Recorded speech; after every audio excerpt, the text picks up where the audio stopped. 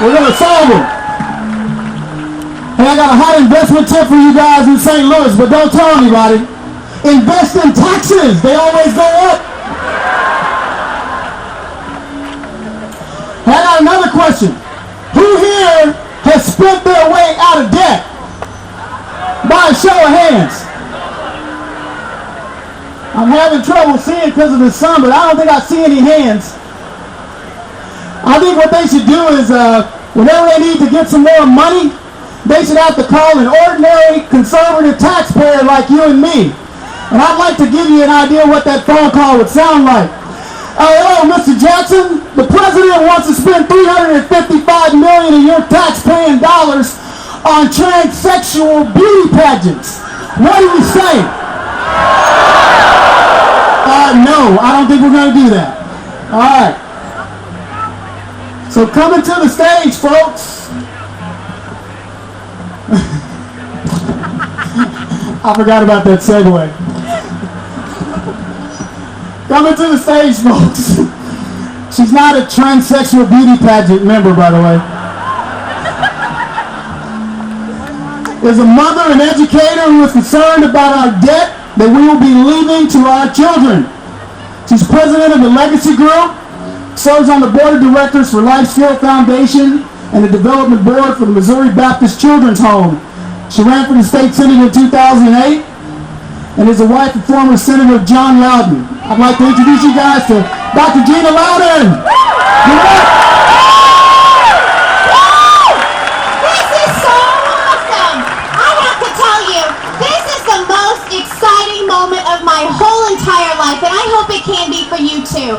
And I have this big, long, 4-page speech ready for you that I'm not going to give you tonight, which is very typical of me and my planning. Because you know what? I think we've had some great speakers here tonight so far. We've got a couple more that are really great, and I'm going to cut right to the heart of this issue. I'm going to walk over here for a second. Don't want to leave anybody out. You know, I think it's interesting that MSNBC called us a bunch of, and I quote, toothless teabaggers. So I thought just for a moment,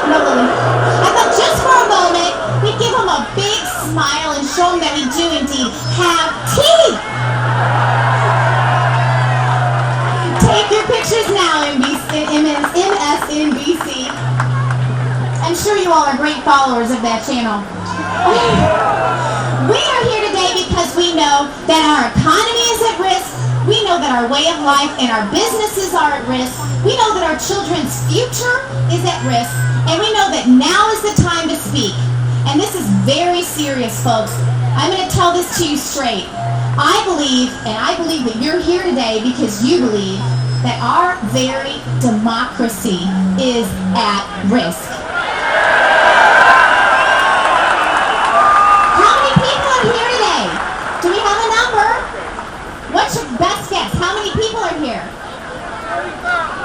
18,000. I'll take that. That sounds good. We're here to say one thing. Wake up, America. Our democracy is at risk.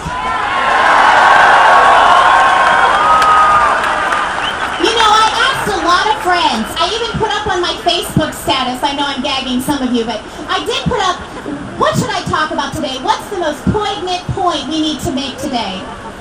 And I had lots of friends tell me that America needs to wake up because our country is at risk. I have a friend who told me that he went to dinner with the finance minister of China. The finance minister of China sat across the table from him. And do you know what he said? He said, "So, how is your democracy?" And my friend sat there sort of stunned and wasn't quite sure how to answer that question. And he was interrupted again by the finance minister of China, and he said, "You're not ready to answer that yet. Your time has not come yet, but your test is coming very soon." Folks, this is our test. Wake up, America. We are being tested for our very democracy.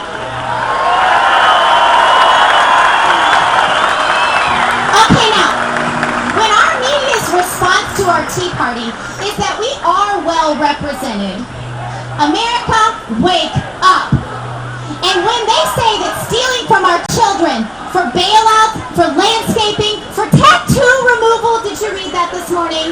America, I say, wake up. When they say that unelected, unaccountable, uncontrollable, unreliable, and undemocratic judiciary can overturn the expressed will of the voters, I say, America, wake up! And when they are willing to take away our very right, folks, hear me on this, to a secret ballot, making your voting ballot public, I say, America, wake up! I don't know what it's going to take, but I do know this.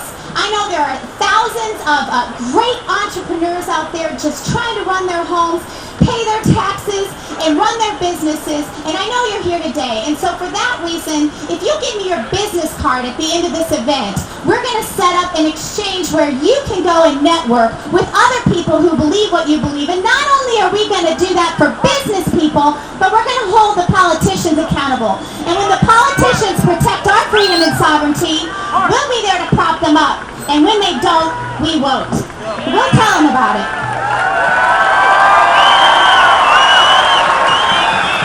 Fellow patriots, we are not here today out of desire, but we are here today out of necessity.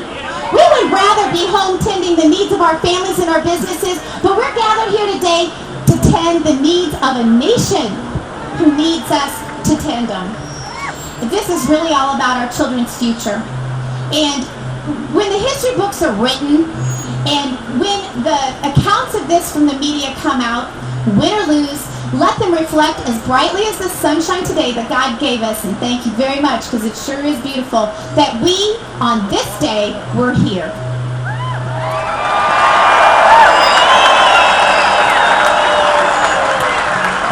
I was at the first rally. Raise your hand if you were at the first taxpayer tea party. Let Bill get a good look at you. Because he worked very hard for that. And I told you then that my children are going to pay this bill and your children are going to pay this bill. I asked my daughter, Lily, what should I say to these people?